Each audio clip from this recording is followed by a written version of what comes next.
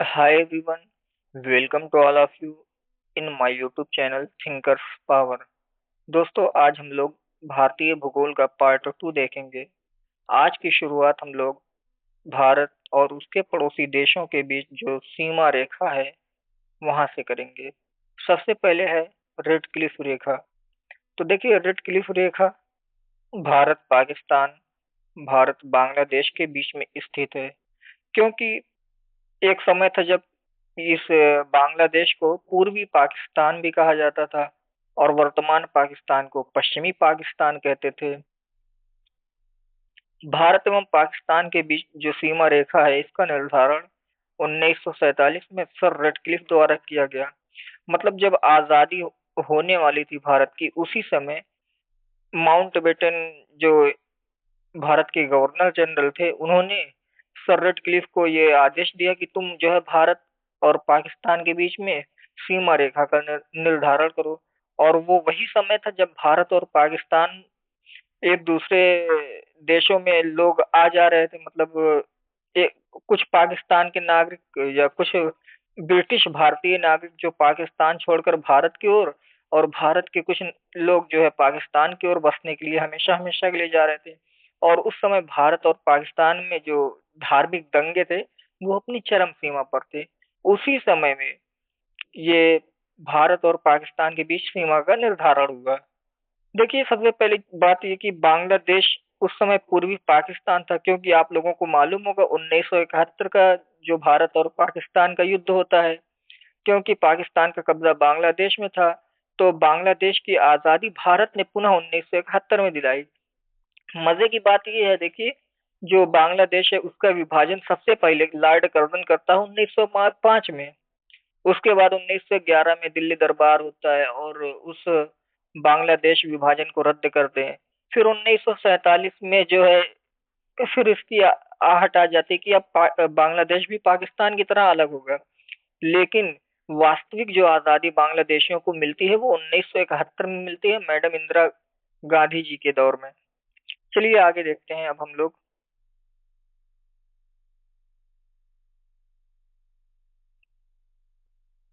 अब है मैक मोहन रेखा। भारत चीन के बीच जो सीमा रेखा है इसका निर्धारण 1914 ईस्वी में सर हेनरी मैक मोहन द्वारा किया गया। देखिए मैक मोहन रेखा को लेकर ही आजकल अक्सर हम लोग न्यूज में सुनते हैं कि भारत और चाइना के बीच सीमा विवाद हो रहा है। तो अब चाइना कह रहा है कि हम नहीं मानेंगे। जब तुम माने तो अब नहीं मानोगे, ये कोई लॉजिक तो हुई नहीं। अब अगली देखते हैं हम लोग डूरंड रेखा। देखिए भारत और अफगानिस्तान के बीच में जो सीमा रेखा है, यानी वर्तमान में जो भारत का पीओके वाला क्षेत्र है उस पीओके क्षेत्र और अफगानिस्तान के बीच में अगर इसे डायग्राम के थ्रू समझा जाए तो जैसे ये जम्मू कश्मीर का पार्ट है ना, ये पीओके है और ये अफगानिस्तान वाला इलाका है। तो ये पीओके पाकिस्तान के कब्जे में है ना, पाक अधिकृत कश्मीर। तो वही पीओके और जो आज हम लोगों का समझ लीजिए कि वो लद्दाख केंद्र शासित प्रदेश बन गया है। तो लद्दाख केंद्र शासित प्रदेश का कुछ अंश अफगानिस्तान से सीमा साझा करता है। तो हमारे और अफगानिस्तान के बीच में जो सीमा रेखा है उसे कहते हैं डूरंड। देखिए डूरंड रेखा का निर्धारण 1896 ईस्वी में मार्टिन डूरंड द्वारा किया गया। आज के समय में भारत व पाकिस्तान, मतलब कहने का है कि जब आजादी नहीं हुई थी 1947 के पहले जो भारत और पाकिस्तान थे एक ही थे। इसलिए आज जो डूरंड रेखा वास्तव में पाकिस्तान और अफगानिस्तान के बीच में सीमा रेखा का निर्धारण करती है। ये देखिए अफगानिस्तान और अंग्रेजों के बीच में बहुत मतलब दो युद्ध भी हुए हैं इन लोगों के बीच में ऐसे सीमा विवाद के मामले में। चलिए आगे देखते हैं अब हम लोग।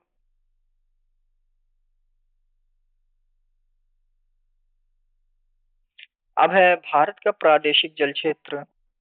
तो देखिए भारत का प्रादेशिक जल सीमा जो है ये फिर मैरीटाइम बेल्ट या टेरिटोरियल सी जो है तट रेखा से 12 नॉटिकल समुद्री दूरी तक है।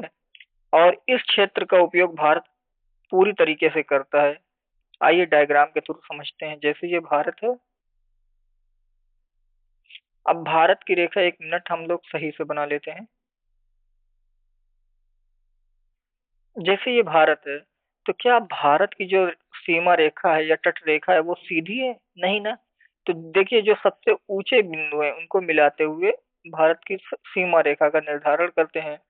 तो ये जो सीमा रेखा का निर्धारण हो रहा है काल्पनिक रूप से, इसके बीच वाला पार्ट ये जो है, ये वाला पार्ट, ये तो आंतरिक जल के अंतर्गत आएगा। लेकिन अब जो इसी सीमा रेखा से 12 नॉटिकल मील की दूरी है ना, उसी को कहेंगे प्रादेशिक जल सीमा।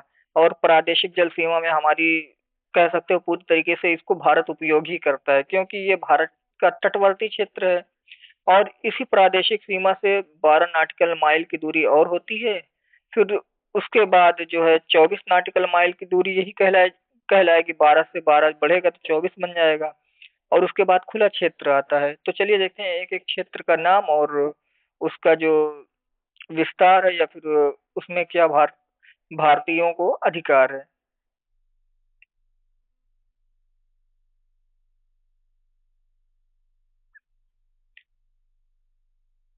अब दूसरा है अविच्छिन्न मंडल या संलग्न क्षेत्र या कॉन्टिजियस जोन। देखिए, इसकी दूरी आधार रेखा से 24 नॉटिकल माइल तक है। तो आधार रेखा मैंने बताई ना, जो कटी पिटी तट रेखा है उसको मिलाने वाली काल्पनिक सीधी रेखा आधार रेखा कहलाती है। और उसी आधार रेखा से 12 नॉटिकल माइल की दूरी जो है प्रारंभिक सीमा रेखा का नाम होता है, जिसे कहते हैं हम लोग प्रादेशिक जल सीमा। और प्रादेशिक जल सीमा से जो 12 नॉटिकल माइल की दूरी होती है उसे अविच्छिन्न मंडल या संलग्न क्षेत्र कहते हैं। और अविच्छिन्न मंडल में भारत को राजकोषीय अधिकार, सीमा शुल्क से संबंधित, प्रदूषण नियंत्रण से संबंधित अधिकार प्राप्त होते हैं।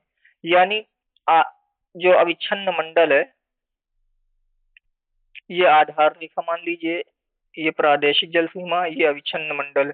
तो देखिए, प्रादेशिक जल सीमा से इसकी जो दूरी है अविच्छिन्न मंडल की 12 नॉटिकल माइल है। लेकिन आधार रेखा से जो अविच्छिन्न मंडल की दूरी है वो है 24 नॉटिकल माइल। चलिए अगला इसका जो क्षेत्र है वो देखते हैं हम लोग। अब है ईईजेड, यानी अनन्य आर्थिक क्षेत्र। देखिए, अनन्य आर्थिक क्षेत्र जो है आधार रेखा से 200 नॉटिकल माइल तक है। और इस क्षेत्र के अंतर्गत भारत को खनिज संपदा, सागरीय जल शक्ति, सागरीय जीवों आदि के सर्वेक्षण, निर्वहन और वैज्ञानिक अनुसंधान, नए द्वीपों के निर्माण का अधिकार प्राप्त है। जो भारत का अनन्य आर्थिक क्षेत्र वो 2.02 मिलियन वर्ग किलोमीटर क्षेत्र में फैला हुआ है। और अनन्य आर्थिक क्षेत्र के बाद उच्च सागर आता है। उच्च सागर के अंतर्गत देखा जाए तो यहाँ सभी राष्ट्रों को समान अधिकार होता है। एक बार हम लोग फिर से समझ लेते हैं। जैसे ये भारत है, ठीक। भारत की तट रेखा सीधी नहीं है, कटी पिटी है, इसलिए इसको मिलाने वाली एक काल्पनिक रेखा होगी जिसे आधार रेखा कहते हैं। आधार रेखा से हम लोग जब 12 नॉटिकल माइल तक जाएंगे तो प्रादेशिक जल सीमा बनेगी। प्रादेशिक जल सीमा से जब हम लोग 12 नॉटिकल माइल जाएंगे तो वो संलग्न क्षेत्र बनेगा। और संलग्न क्षेत्र के बाद जो एरिया 200 नॉटिकल माइल तक है उसे अनन्य आर्थिक क्षेत्र कहते हैं। उसके बाद जो क्षेत्र आता है उसे खुला सागर या उच्च सागर हम लोग कहते हैं। और जो सबसे पहले प्रादेशिक जल सीमा, इसमें तो भारत को पूर्ण अधिकार है। फिर अनन्य, उसके बाद जो संलग्न क्षेत्र आता है वहां भी कई अधिकार हैं। लेकिन जो अनन्य आर्थिक क्षेत्र है यहाँ पर द्वीप बनाना, नए द्वीप का निर्माण करना, वैज्ञानिक अनुसंधान करना, इस सब के अधिकार हैं। और उच्च सागर वाला जो इलाका है वहां सभी देशों को समान अधिकार है। चलिए आगे देखते हैं अब हम लोग। अब है हम लोगों का सबसे पहले माजुली नदी द्वीप। देखिए, नदी द्वीप सबसे पहले इसमें देख लेते हैं हम लोग इसका फैक्ट। तो माजुली नदी द्वीप ब्रह्मपुत्र नदी में स्थित है। यह विश्व का सबसे बड़ा नदी द्वीप है और विश्व का सबसे बड़ा द्वीपीय जिला भी है।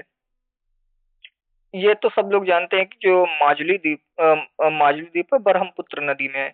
और ब्रह्मपुत्र निकलती है तिब्बत के इलाके से, यानी पहाड़ी इलाके से। जब ये तिब्बत के इलाके से निकलती होगी तो अपने साथ बड़े बड़े पत्थर, बड़े बड़े कंकड़ लाती है। तो जहां पर इस नदी की जो रफ्तार होती है, जल की जो रफ्तार होती है वो हल्की होती है, तो वहीं पर ये बड़े बड़े कंकड़ पत्थर जमा होने लगते हैं। और धीरे धीरे करके ये हजारों सालों में द्वीप का आकार ले लेते हैं। तो इसलिए नदी द्वीप का निर्माण होता है, क्योंकि जैसे जैसे नदी ऊंचाई से नीचाई की ओर आती है, पहाड़ से जमीन की तरफ, या बोल सकते हो पहाड़ से मैदान की ओर जैसे जैसे ये आती है, मतलब पहाड़ है ये, और ये है मैदान। जैसे जैसे ये ऊंचाई से नीचाई की ओर आएगी, तो इसकी रफ्तार क्या हो जाएगी, कम हो जाएगी।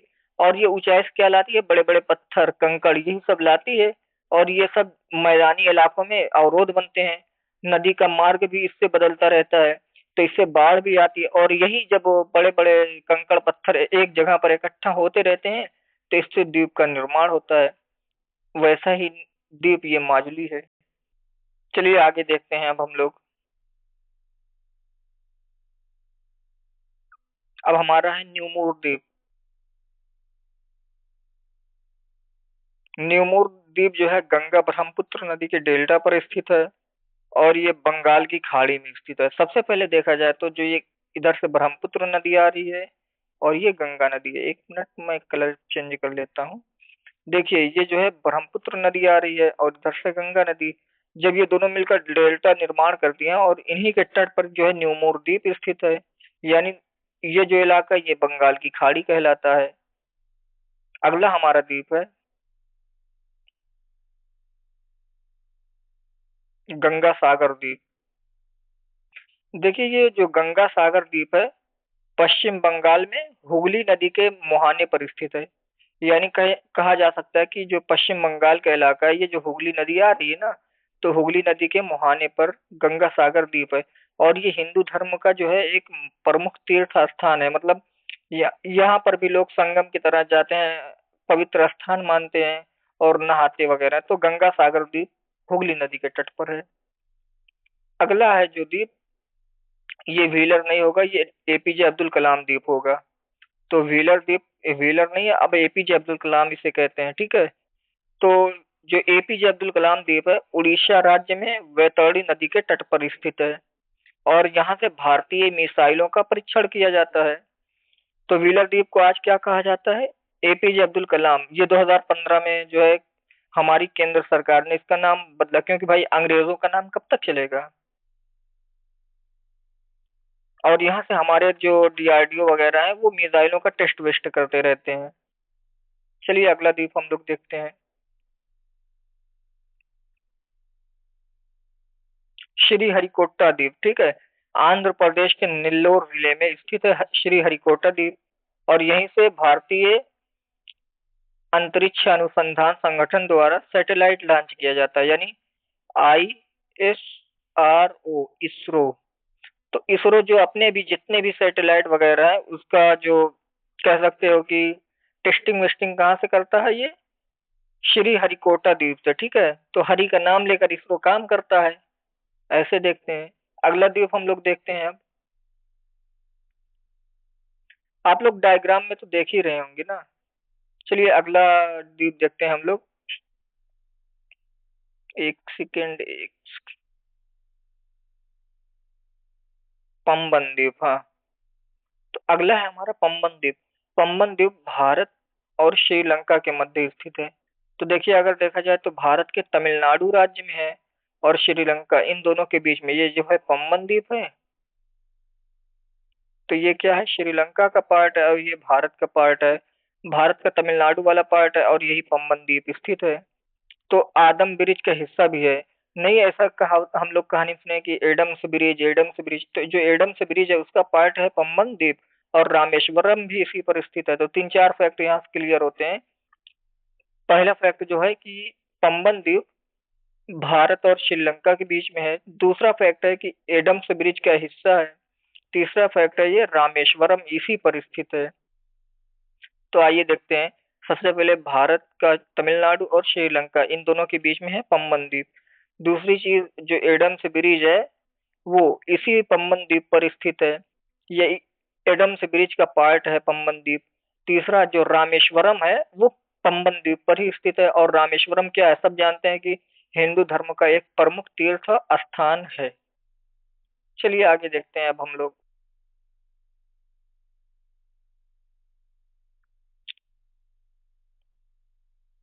अब है सालसेट द्वीप। तो देखिए सालसेट द्वीप पर मुंबई का अधिकांश हिस्सा स्थित है। तो मुंबई जो हमारा बहुत प्रसिद्ध शहर है उसका अधिकांश हिस्सा इसी सालसेट द्वीप पर स्थित है। दूसरी चीज, भारत का सबसे ज्यादा जनसंख्या वाला द्वीप कौन सा है, यही सालसेट द्वीप है। तो दो जानकारी, पहली चीज क्या है कि महाराष्ट्र में स्थित है, और जो महाराष्ट्र का शहर मुंबई है, मुंबई का सबसे बड़ा हिस्सा इसी सालसेट द्वीप पर स्थित है। तीसरी चीज, भारत में जो सबसे ज्यादा जनसंख्या वाला द्वीप है वो सालसेट ही है। आप लोग डायग्राम के थ्रू देख सकते हैं, ये पूरा सालसेट वाला इलाका ही है। तो ये पूरा पूरा सालसेट वाला इलाका, और इधर ये महाराष्ट्र है, यानी महाराष्ट्र तो पूरा ही राज्य है। और महाराष्ट्र में मुंबई शहर आता है। ये, और ये पहले अंग्रेजों की कॉलोनी भी थी या फैक्ट्री भी थी। अब अगला हमारा है लैंडफॉल द्वीप। तो देखिए, लैंडफॉल द्वीप जो है अंडमान निकोबार के सबसे उत्तर में स्थित है। जैसे ये अंडमान निकोबार द्वीप समूह है, और ये उत्तर में उसके स्थित है लैंडफॉल, ठीक है। तो लैंडफॉल द्वीप में एक ही फैक्ट याद रखना है कि अंडमान निकोबार जो द्वीप समूह है उसके उत्तर में स्थित है। कभी कभी क्रम भी पूछता है ना, तो क्रम बिठाने के लिए ये सबसे सही है। चलिए, अब देखते हैं उत्तरी अंडमान के बारे में। तो देखिए, उत्तरी अंडमान जो है अंडमान द्वीप समूह का ही पार्ट है, और उत्तरी अंडमान की सबसे ऊंची चोटी सैंडल पीक है। 738 मीटर के आसपास इसकी ऊंचाई होगी। तो उत्तरी अंडमान की सबसे ऊंची चोटी सैंडल पीक है, ठीक है। और कह सकते हो कि ये उत्तरी अंडमान, मध्य अंडमान, दक्षिणी अंडमान, ये तीन पार्टों में बटा हुआ है, और इन तीनों पार्टों की अलग अलग चोटियां हैं। तो उत्तरी, उनमें से जो उत्तरी अंडमान है उसका सर्वोच्च पॉइंट या सर्वोच्च चोटी ये जो है सैंडल पीक है। जैसा कि हम लोग सुने हैं कि जो अराकान योमा पर्वत है उसी का समुद्र में विस्तार अंडमान निकोबार द्वीप समूह कहलाता है। चलिए आगे देखते हैं मध्य अंडमान।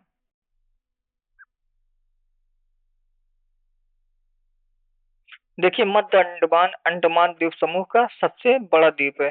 तो जो ये मध्य अंडमान है ना, मध्य अंडमान अंडमान द्वीप समूहों का सबसे बड़ा द्वीप है। दूसरी चीज, इसमें दो फैक्ट है। पहली चीज तो जो मध्य अंडमान है इसकी सर्वोच्च चोटी जो है उसका नाम है सैडल पीक। तो सैडल पीक मध्य अंडमान की सर्वोच्च चोटी का नाम है, ठीक। और सैडल पीक की ऊंचाई 732 मीटर के आसपास है। तो 732 मीटर इसकी ऊंचाई है। और जो सैडल पीक राष्ट्रीय उद्यान है, तो सैडल पीक राष्ट्रीय उद्यान भी मध्य अंडमान में स्थित है। तो मध्य अंडमान में क्या क्या याद रखना है कि मध्य अंडमान अंडमान द्वीप समूह का सबसे बड़ा द्वीप है। मध्य अंडमान की सर्वोच्च चोटी सैडल पीक है, और जो सैडल पीक है वो राष्ट्रीय उद्यान भी है। चलिए अगला देखते हैं अब हम लोग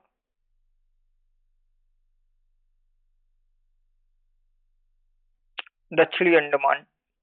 तो देखिए, जो दक्षिणी अंडमान है, दक्षिणी अंडमान पर अंडमान एवं निकोबार की जो राजधानी पोर्ट ब्लेयर है स्थित है। तो साउथ अंडमान में ही अंडमान निकोबार की राजधानी पोर्ट ब्लेयर स्थित है। तो दक्षिणी अंडमान के बारे में दो फैक्ट है, एक ये कि अंडमान निकोबार की राजधानी पोर्ट ब्लेयर इसमें स्थित है, और ये जो अंडमान और निकोबार है उसमें उत्तरी अंडमान, मध्य अंडमान और दक्षिणी अंडमान तीसरे नंबर पे आता है। चलिए अगला पार्ट हम लोग देखते हैं इसमें ग्रेट निकोबार का। तो ग्रेट निकोबार में देख लेते हैं हम लोग। सबसे पहले क्या है कि भारत का सबसे दक्षिणतम द्वीप ग्रेट निकोबार है, और इसी पर भारत का सबसे दक्षिणतम पॉइंट इंदिरा पॉइंट स्थित है। जैसा कि 2004 में जो सुनामी आई थी उस समय ये जो है इंदिरा पॉइंट डूब गया था सुनामी में। तो यहाँ से हम लोग देख सकते हैं तीन चीज। पहली चीज क्या है कि भारत का सबसे दक्षिणतम द्वीप कौन है? ग्रेट निकोबार। दूसरी चीज, भारत का सबसे दक्षिणतम पॉइंट कौन है? इंदिरा पॉइंट।